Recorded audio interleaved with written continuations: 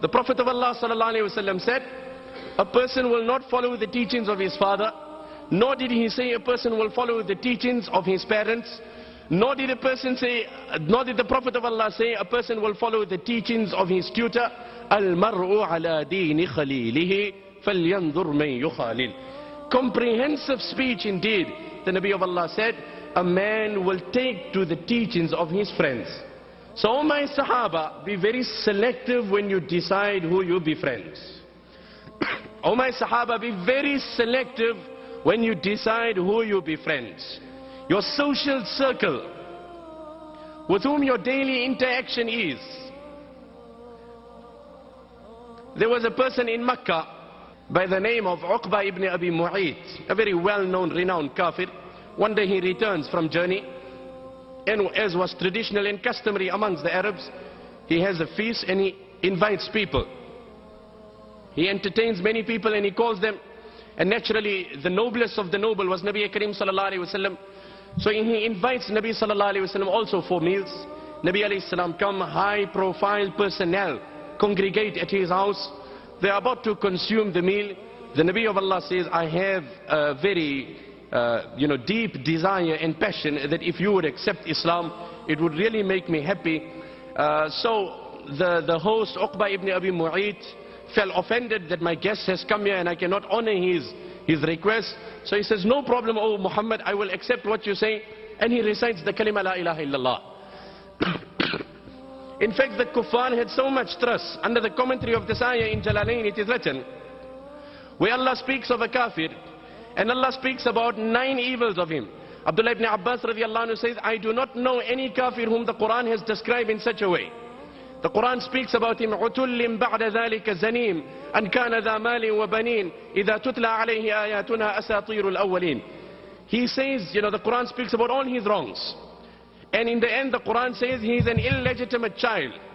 He comes to his mother and he tells his mother, Inna Muhammadan wasafani bi tis'i sifat a'rifuhunna ghayra wahid. Oh my mother, Muhammad Sallallahu Quran has highlighted 9 of my weaknesses.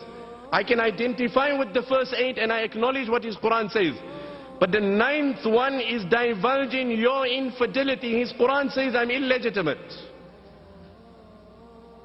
The Quran of Muhammad says that I am an illegitimate child. This naturally my conception took place at a time I was unaware. Speak up, O my mother, because the Quran of Muhammad will never lie. So she comes forward and she confesses and she says, yes, inna abaka kana innina, that your father could not have children, and hence your father had, not your actual father, of course, your foster father, who you consider to be your father, could not have children, and he had a lot of wealth, and I feared who will inherit his legacy, so I gave access to another person, and that particular person is your biological father. So this was the trust they had on the words of Nabi sallallahu alaihi wasallam. Nabi alayhi salam recites the kalima and he starts eating the meal. After the meal was over, as courtesy, Nabi sallallahu alaihi wasallam thanks him, and then the Nabi of Allah leaves. Sometime later, this kafir, Uqba ibn Abi Mu'ayt, his friend comes to him, and his friend tells him that I believe you have accepted Islam. Now look at the peer pressure. His friend tells him, I believe you have accepted Islam. He says, no, that's nonsense. It's totally absurd. There's no reality to what you say. I had apparently invited the man. He insisted that I articulate the kalima. As courtesy to my guest, I responded to his request. But I had just lip service, I had said it verbally. I am not convinced on what he has said. The friend says, no, I am not convinced. I have heard that you have accepted Islam. And I will not accept you in my social friends anymore. Until and unless you don't openly go and deny this faith in front of him. And to convince me you hate him, you must go before him and spit on his face. Today, how many youth aren't they, out of peer pressure, that have been introduced to such vices which were unheard in their lives? They have perpetrated such acts that is beyond their own understanding, never mind anyone else. This nasty, evil, wretched man comes to impress his friend that yes, I am standing with you and I want to be part of your friends. to convince you that I haven't accepted Islam, he comes and I don't know how, he can spit on that face upon which the Quran takes qasams. And he spits on the Mubarak and the blessed face of Nabi Kareem sallallahu alayhi wasallam, denounces his Islam, and then once again is embraced by his friends. The Quran in the most eloquent way paints the picture of regret of this kafir on the day of Qiyamah in relation to his social friends. The Quran says on the day of Qiyamah, when some people from this ummah, Allah say one and all will have to go to Jahannam and serve a penalty as a purification, then the disbelievers will taunt them and tell them, Ma aghna ankum imanukum. Your faith hasn't availed you, you are believers, but you also suffering the same consequences. This statement of taunting them will anger Allah. And Allah will say, immediately remove them. Am naj'alul mufsideen fil ard. Can they equate the believers with evil people? They will be taken out. And at that time the kafir will realize, ربما يود الذين كفروا لو كانوا مسلمين.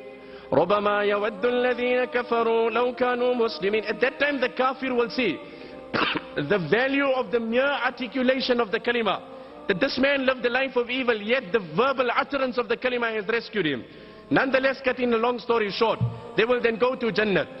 The Quran says when this Uqba ibn Abi Mu'ayt will come before Allah on the day of Qiyamah, and he will see his friend.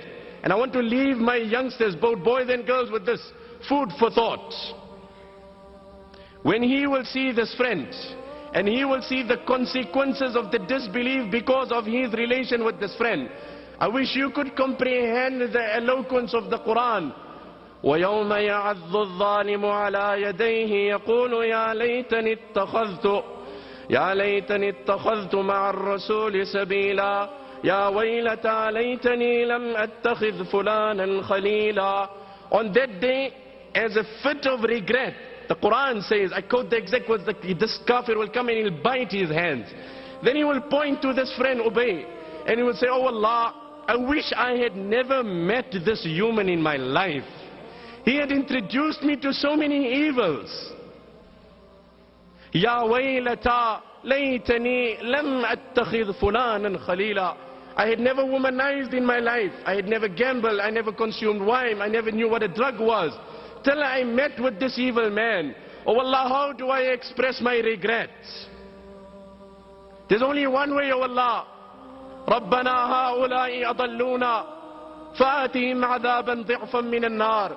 Oh Allah, this friend of mine who introduced me to these vices, I have one request. I understand I have to suffer the consequences of his friendship, but the only way I can appease myself is by asking you one thing. Whatever torment you suggest for me, give him double, Allah. Al-akhillah yawma'idhin ba'dhuhum li ba'dhin adu. The Quran says all friendship will be converted into enmity but the friendship on the name of Allah.